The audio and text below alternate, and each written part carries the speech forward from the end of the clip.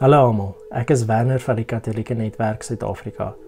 Vandag kyk ons na vrae 15 tot 17 van die kompendium van die Katekismus van die Katholieke Kerk. Vraag 15.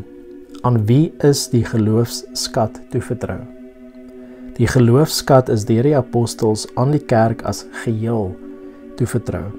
Die hele Godsvolk, bygestaan deur die Heilige Gees en gelei deur die leergesag of magisterium van die kerk met sy bonatuurlike geloofsaanvoeling, ontvang die goddelike openbaring, begryp dit al hoe vollediger en pas dit toe op die lewe. Vraag 16.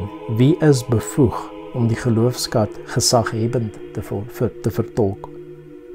Die bevoegdheid om die geloofsskat gesaghebend te vertolk behoort alleenlik aan die lewende leergesag van die kerk, of die magisterium. Dit wil sê aan die opvolger van Petrus, die biskop van Rome, en aan die biskoppe in gemeenskap met hom. Die leergesag wat in die diens van die woord van God, die versekerde charisma van waarheid besit, beskik oor die bevoegdheid om dogmas te definieer. 'n Dogma is die duidelike formulering van die waarhede wat in die goddelike openbaring opgesluit lê. Die gesag dek ook die waarhede wat noodwendig verband hou met die openbaring. Vraag 17.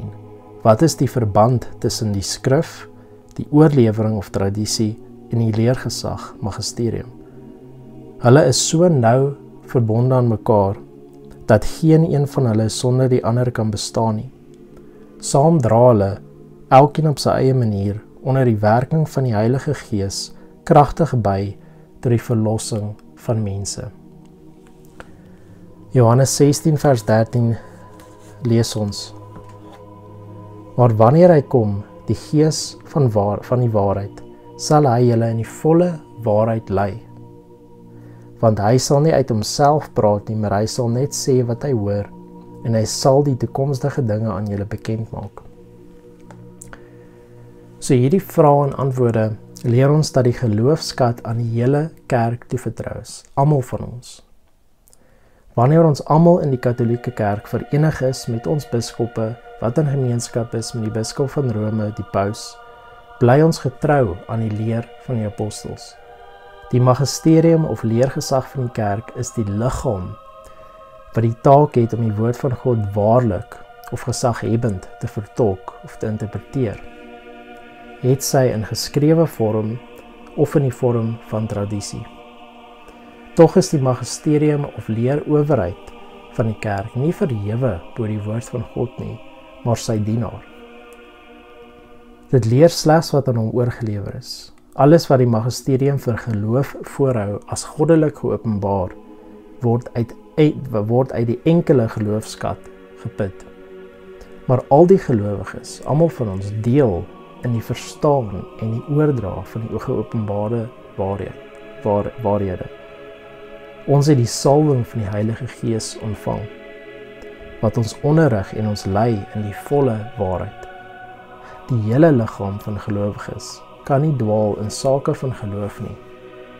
Hierdie eienskappe blyk uit die bonatuurlike aanvoeling van die geloof, of van Latyn sensus fidei, van die hele volk van God, wanneer hulle van die biskoppe tot by die eenvoudigste van die gelowiges 'n algemene instemming toon in sake van geloof en optrede, soos die Katekismus van die Katholieke Kerk paragraaf 95 so bondig stel en waarna verwys is in vraag 17. Dit is dus duidelik dat in die uitermatige wyse beskikking van God, die heilige tradisie, die heilige skrif en die magisterium van die kerk so verbind en geassosieer is, dat nie een van hulle sonder die ander kan bestaan nie. Deur saam te werk, elk op sy eie wyse, onder die werking van die een Heilige Gees, dra hulle almal doeltreffend by tot die verlossing van siele.